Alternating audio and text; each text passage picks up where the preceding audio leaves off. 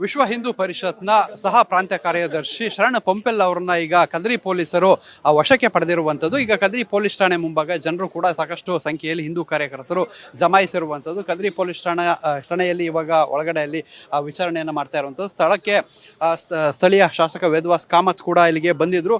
ಇಲ್ಲಿಗೆ ಬಂದು ಏನು ಕೆಲವೊಂದು ಪೊಲೀಸರನ್ನು ತರಾಟೆಗೆ ತೆಗೆದುಕೊಳ್ಳುವಂತಹ ಘಟನೆಗಳು ಕೂಡ ನಡೀತು. ಇನ್ನು ಈ ಒಂದು ಪ್ರಕರಣಕ್ಕೆ ಸಂಬಂಧಪಟ್ಟಂತೆ ನಮ್ಮ ಜೊತೆ ಮಾತಾಡಲಿಕ್ಕೆ ಪ್ರದೀಪ್ ಸರಿಪಳ್ಳ VHP ಮುಖಂಡರಿದ್ದಾರೆ. ಅವನ್ನ ಮಾತಾಡ್ತಾನೆ. ಈಗ ಏನು ಉದ್ದೇಶಕ್ಕೆ ಯಾವಾಗ ಕಸ್ಟಡಿ ತಗೊಂಡಿದ್ದು, ಏನು ಉದ್ದೇಶಕ್ಕೆ ತಗೊಂಡಿದ್ದು? ನೋಡಿ, ಯಾವುದೋ ಒಂದು ಪೋಸ್ಟನ್ನು ಶೇರ್ ಮಾಡಿದ್ದಕ್ಕೋಸ್ಕರವಾಗಿ ಅವರನ್ನು ನೋಟಿಸ್ ನೀಡದೆ ಏಕಾಏಕಿಯಾಗಿ ಅವರೇನೋ ಕಚೇರಿಗೆ ಬರುವ ಸಂದರ್ಭದಲ್ಲಿ ಅವರನ್ನು ಬಂಧನ ಮಾಡಿದ್ದಾರೆ.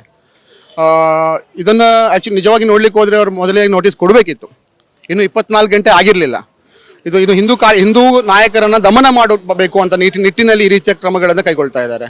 ಇದು ರಾಜಕೀಯ ಕಪಟ ನೀತಿಯನ್ನು ಹಿಂದೂ ವಿರೋಧಿ ಕಾಂಗ್ರೆಸ್ ಸರ್ಕಾರ ಇನ್ನು ಪೊಲೀಸ್ ಇಲಾಖೆಯನ್ನು ದಾಳವಾಗಿ ಉಪಯೋಗ ಮಾಡಿಕೊಂಡು ಹಿಂದೂ ನಾಯಕರನ್ನು ದಮನ ಮಾಡ್ತಾ ಇದೆ.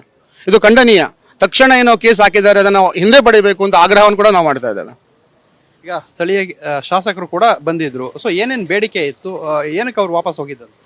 ಇವಾಗ ನಮ್ಮ ಶಾಸಕರಾದ ವೇದವಾಸ್ ಕಾಮತ್ ಅವರು ಕೂಡ ಇನ್ನು ಪೊಲೀಸ್ ಠಾಣೆಗೆ ಬಂದ ಸಂದರ್ಭದಲ್ಲಿ ಅವರು 3-4 ಬಾರಿ ಇನ್ನು ಇನ್ಸ್ಪೆಕ್ಟರ್ನ ಮಾತಾಡ್ಲಿಕ್ಕೆ ಕರೀತಾ ಇದ್ರು.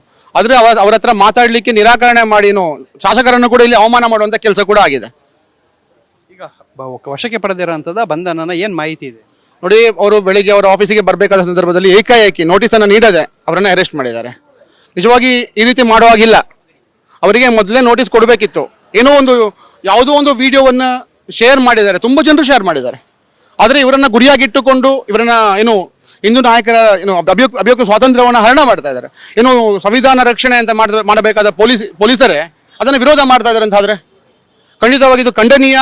ಮತ್ತು ತಕ್ಷಣ ಕೇಸ್ ಹಾಕಿದ್ದಾರೆ, ಅದನ್ನು ವಾಪಸ್ ಪಡಿಬೇಕು ಆಗ್ರಹವನ್ನು ಮಾಡ್ತಾ ಇದ್ದಾರೆ.